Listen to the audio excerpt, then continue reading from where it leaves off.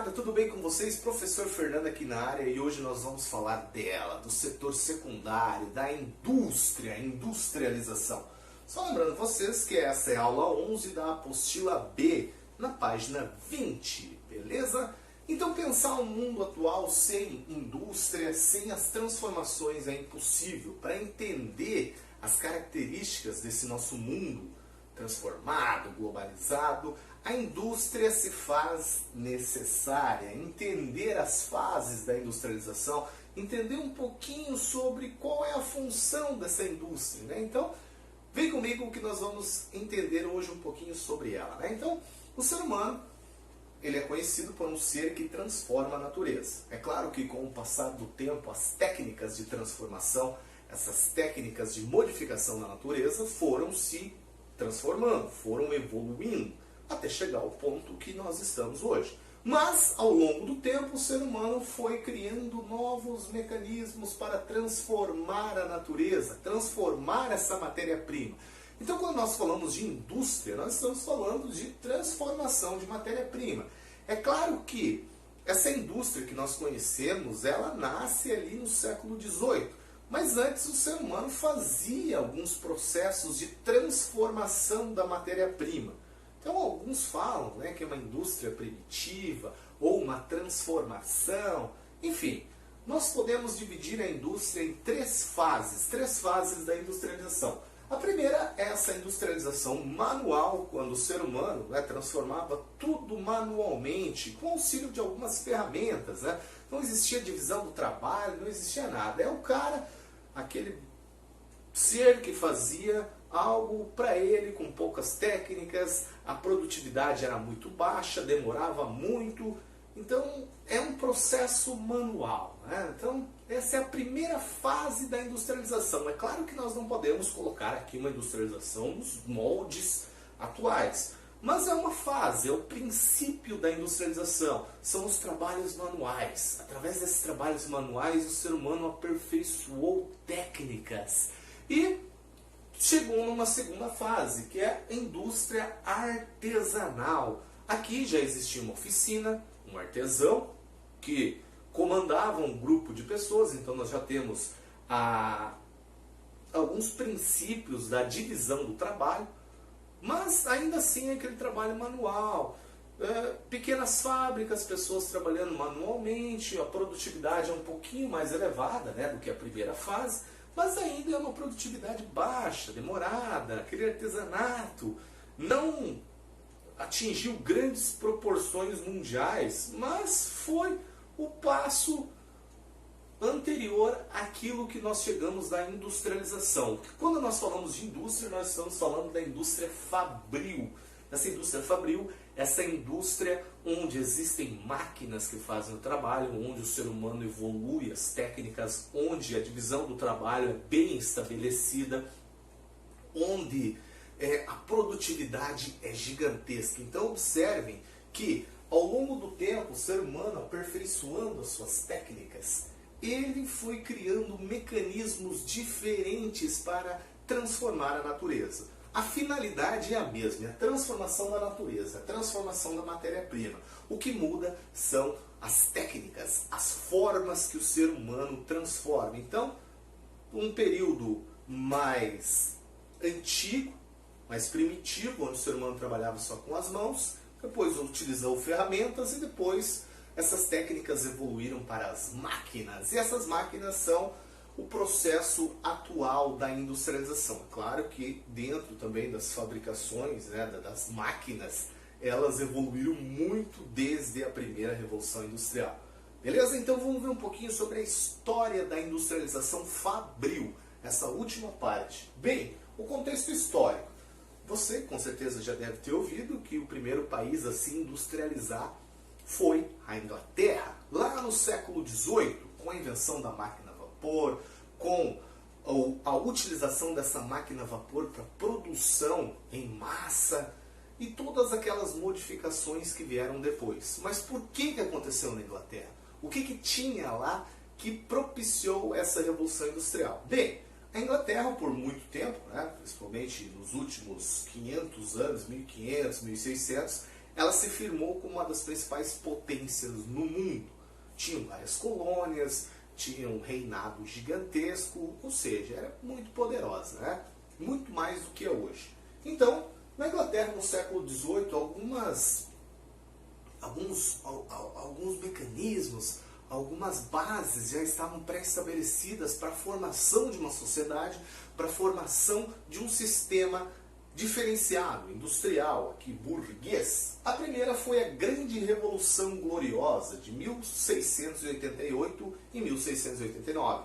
Isso, basicamente, limitou os poderes da monarquia, deu poder ao povo, aquele rei soberano, ele perde um pouco do poder e surge, que acende uma classe social capaz de modificar toda a estrutura social, que foi a classe dos burgueses. Esses burgueses que eram os comerciantes, que eram os vendedores, que eram os donos de negócios, começaram a ter representatividade. E eles começaram então a fazer um movimento, fazer uma economia bacana que promoveu futuramente uma industrialização.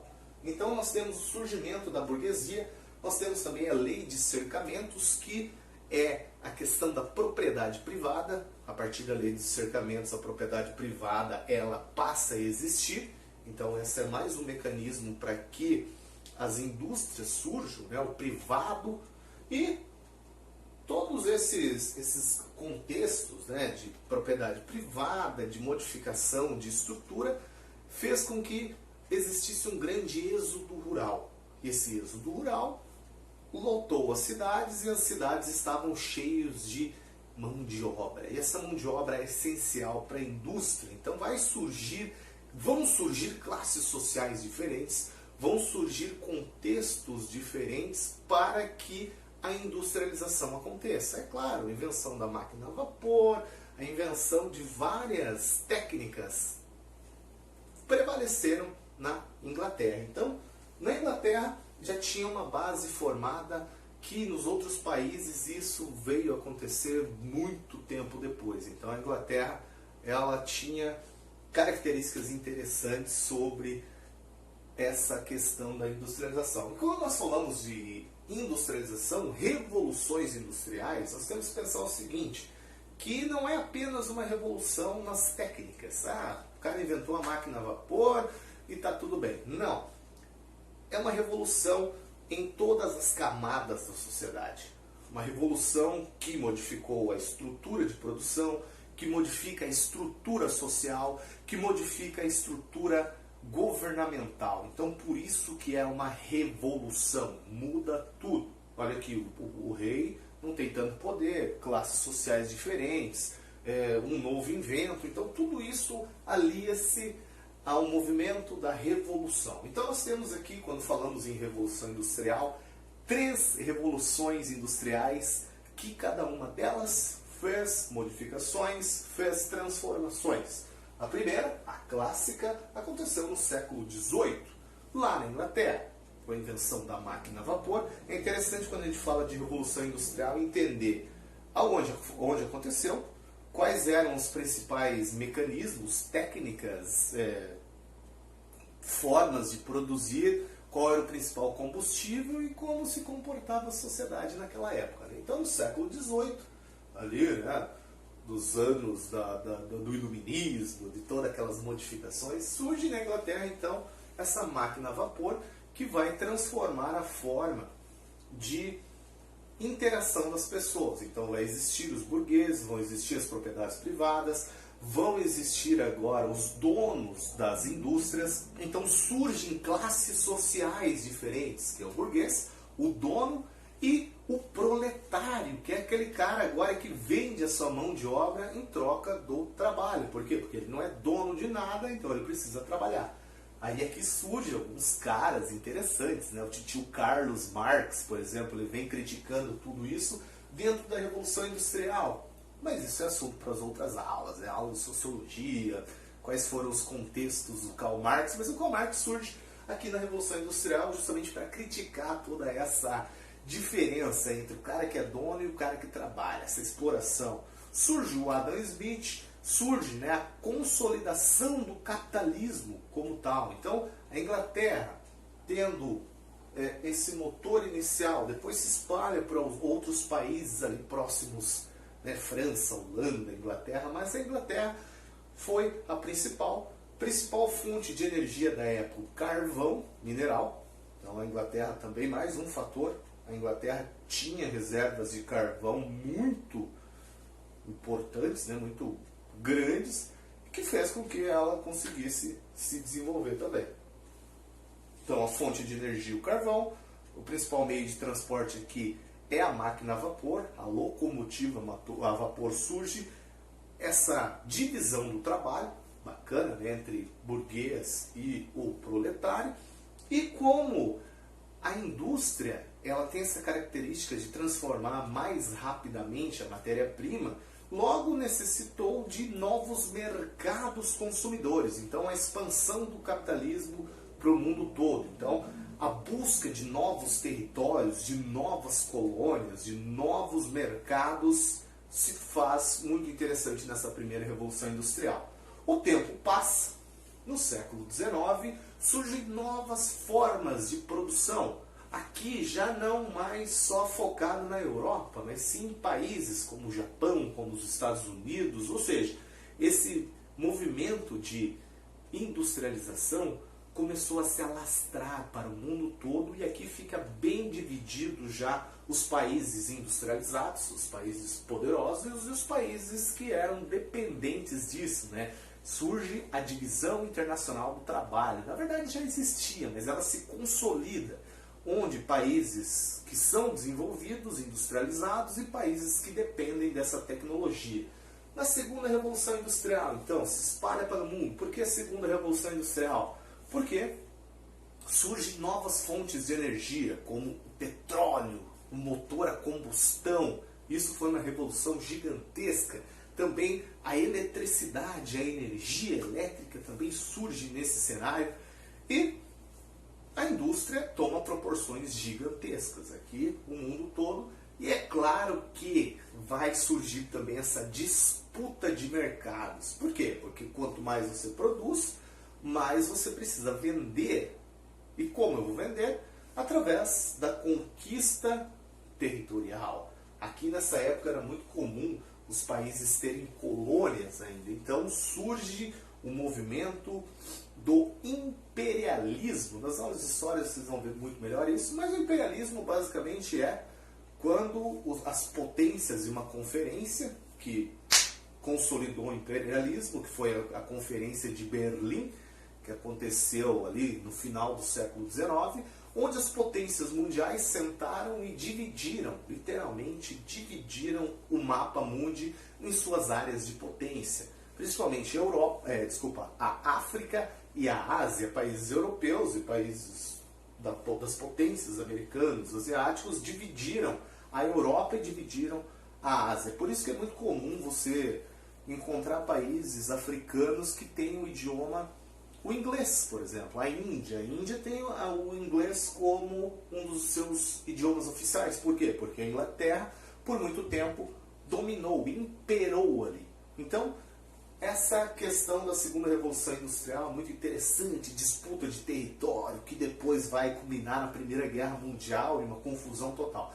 Então, revolução industrial, isso. E a terceira revolução acontece no século XX, né, no período da Guerra Fria, onde a tecnologia ela prospera, novas fontes de energia prosperam, novas formas de produção surgem. Então, na terceira revolução industrial, essas tecnologias que nós temos hoje, né, comunicação, transporte, tudo isso explode nessa era, né, da Guerra Fria, na União Soviética, Estados Unidos e depois a queda da União Soviética. Isso fez com que o mundo se direcionasse para uma posição, e a tecnologia que surge nessa época, principalmente para questões bélicas, e depois muda o cenário e essas questões bélicas vêm para nós, né? A tecnologia, a internet, comunicações, a velocidade dos transportes aumenta e esse comércio, essa indústria fica muito louca. Então, nós temos essas três revoluções industriais que são muito importantes. indústrias. E é interessante saber também que dentro das revoluções industriais surgem modelos de produção.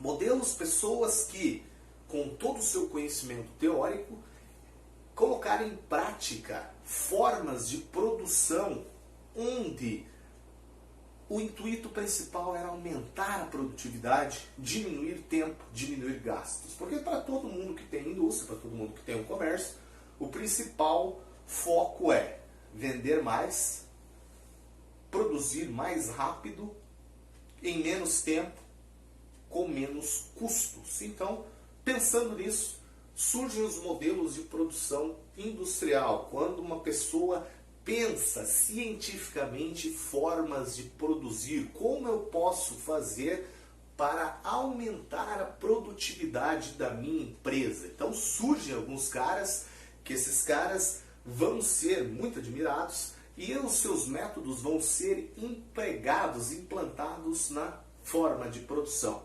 Alguns nomes são bem conhecidos e vamos ver, né?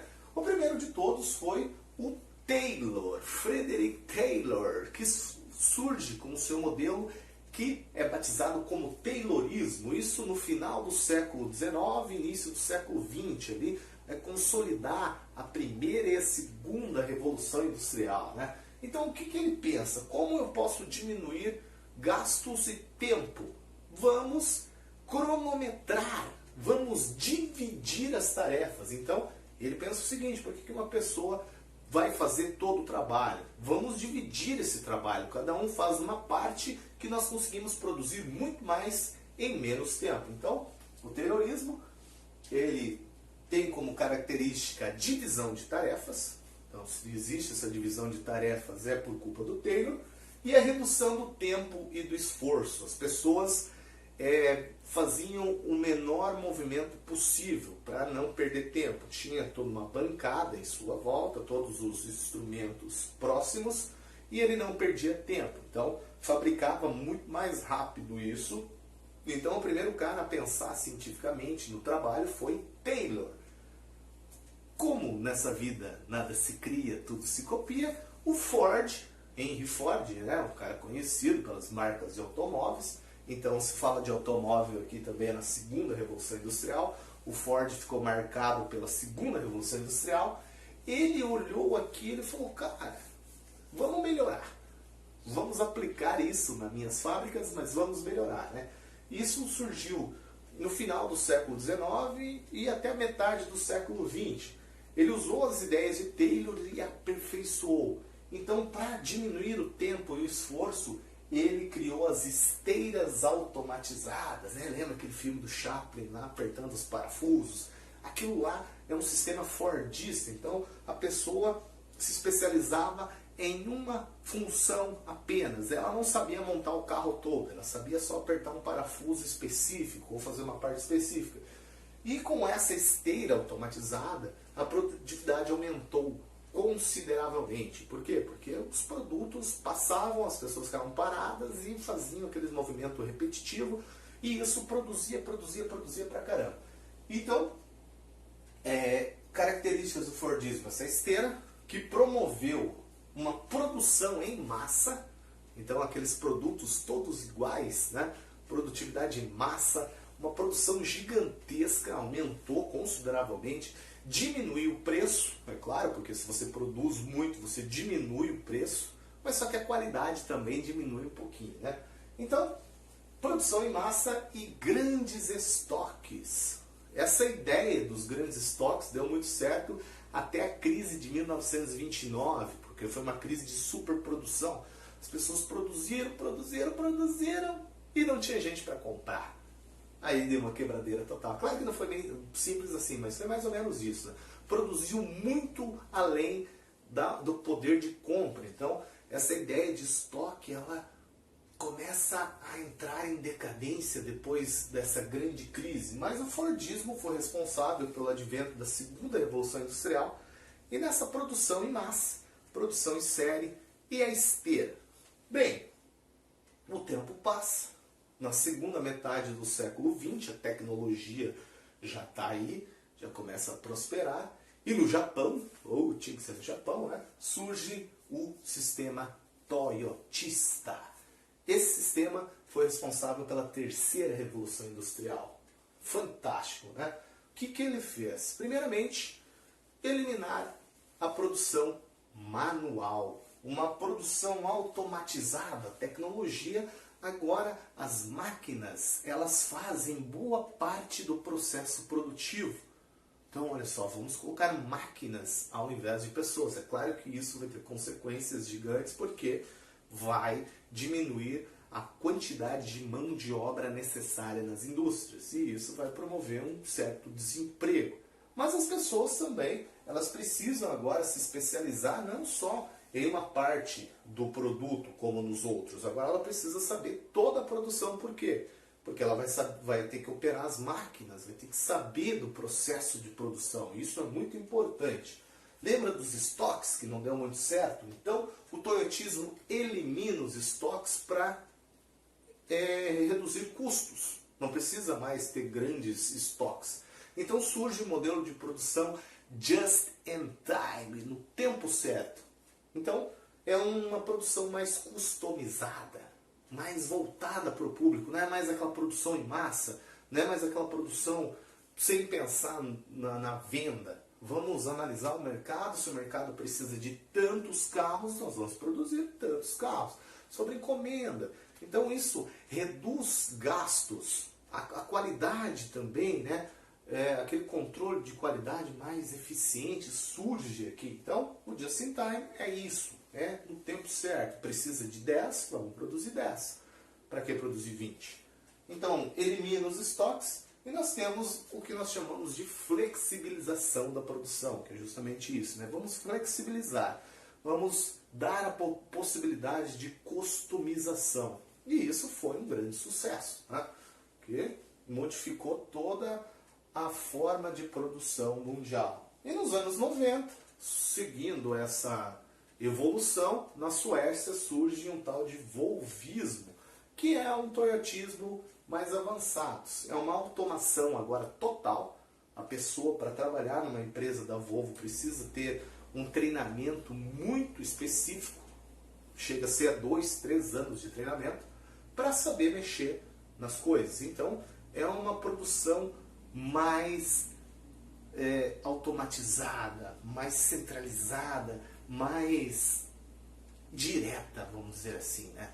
Por quê? Porque as pessoas precisam saber da empresa. É claro que a empresa valoriza muito as pessoas aqui, mas existe uma automação total, né? Atualmente nós falamos de empresas com tecnologias avançadas de ponta, com certeza vai ter um alto grau de automação. Então percebam que ao passar do tempo, os modelos de produção industrial vão modificando conforme as necessidades da época, desde o começo da industrialização até atualmente na industrialização. Isso aqui então é muito importante, nos vestibulares gostam dessa parte. E também existe uma questão da classificação industrial. Formas, que indústria que é essa, o que ela produz ou não. Então, conforme aquilo que ela produz, conforme a matéria-prima que ela usa, ela pode ser classificada. Existe na apostila de vocês 2 tipos de classificação. Sobre o peso, que isso é bastante controverso, mas é muito comum, né? Você ouvir, essa indústria é uma indústria pesada ou uma indústria leve. Uma indústria pesada ou leve, ela se diferencia pela quantidade de equipamentos que ela utiliza e pela quantidade de matéria-prima. Se ela utiliza muita matéria-prima, né, uma siderúrgica, fazer ferro, aquela indústria pesada, né, porque tem muita matéria-prima, ou uma indústria leve, uma indústria de calçado, uma indústria de roupa, a matéria-prima é menor, mais compacta, os equipamentos são menores, então aquela indústria gigantesca, geralmente chamada de indústria pesada, uma indústria menorzinha, uma indústria leve. Menorzinha é pelo quesito da utilização da matéria-prima. A indústria pode ser gigantesca, mas ela não produz coisas gigantes, produz coisas menores. E o que é mais importante aqui é pela finalidade. Isso daqui é muito importante, meus queridos. Existem 3 tipos de indústria segundo a finalidade. A indústria de base, que é chamada de indústrias de bens, de capital também, uma indústria de capital, de produção de capital, produz equipamentos. Ela vai produzir equipamentos para outras indústrias. Olha só que bacana, né? Uma indústria que fabrica motores para outras indústrias, fabricam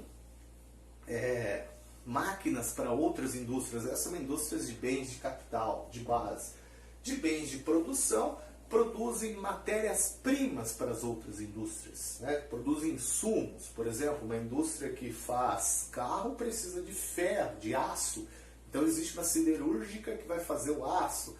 Uma indústria petroquímica é uma indústria de produção que vai produzir matéria-prima para outras indústrias. E a mais comum que chega até nós é uma indústria de bem de consumo que chega aos consumidores. E ela pode ser dividida em duas. Os consumos duráveis, né, os bens de consumo duráveis, são esses celulares, geladeira. Apesar que celular na mão de alguns não dura nada, né? Então, geladeira, televisores. E os não duráveis, que são esses produtos que são consumidos mais rapidamente, como, por exemplo, alimentos, roupas. Então, conforme o tipo da indústria, ela vai ser classificada, tanto o peso quanto a finalidade. Belezinha? Vamos para as atividades, eu quero fazer algumas com vocês, mas eu sempre falo, sempre fica aí, façam as demais atividades e quando nós tivermos a oportunidade de tirar as dúvidas no chat ali, ou pessoalmente algum dia, mas por enquanto vamos fazer essas atividades, vocês façam em casa também, que se surgir dúvidas, me procure. Vamos lá então, na página, aqui, página 23, atividade número 2. 23, atividade número 2, é isso aí, é essa mesmo. Então, diz o seguinte: leia o texto e assinale a alternativa que preenche corretamente as lacunas com a expressão que se refere ao tipo de indústria que engloba o setor de máquinas e equipamentos. Aqui diz o seguinte: atualmente, em todos os anos, há indústrias instaladas no país, exceto máquinas, ferramentas, a liderança cabe a empresas multinacionais. Essas empresas predominam no segmento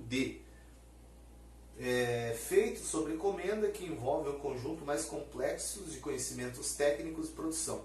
Elas se aproveitam de algumas vantagens locais, como disponibilidade de matéria-prima, mão de obra e preços baixos. Aqui é interessante também que as indústrias atuais, elas se deslocam de um país para o outro justamente em busca de benefícios. Se é muito mais barato produzir no Japão, eu vou produzir no Japão. Então aqui é a letra A, as indústrias de bens de consumo duráveis, né? Então, bens de consumo duráveis, letra A. Número 3.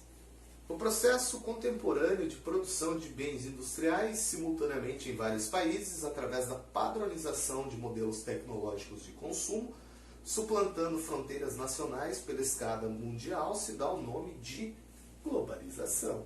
Então, as empresas, as indústrias, elas estão nesse ramo da industrialização também. É uma das características da terceira revolução industrial. Vamos produzir onde é mais barato, sempre em busca de benefícios. Isso não impede uma indústria de ir de um lugar para o outro, beleza? E a 4, para terminar, a terceira revolução industrial tem como base as indústrias do conhecimento. Olha só, a terceira revolução industrial também tem a ver com conhecimento. Que os produtos são ideias, técnicas, programas, novas formas de utilização. São exemplos das indústrias da terceira revolução industrial. Aqui é a letra D, né? Informática, robótica e biotecnologia, química fina, ou seja, tudo aquilo que envolve tecnologia tem a ver com a terceira revolução industrial. Alguns já falam na quarta revolução industrial, né? Essa evolução do online agora. Enfim, logo nós vamos ver sobre isso. Rapaziada, então, eu espero que vocês tenham gostado. Se cuidem, fiquem em casa e na segunda-feira, pelo que o horário ficou estabelecido, estarei online para tirar as dúvidas de vocês. Belezinha? Bom estudo a todos e até a próxima. Fui!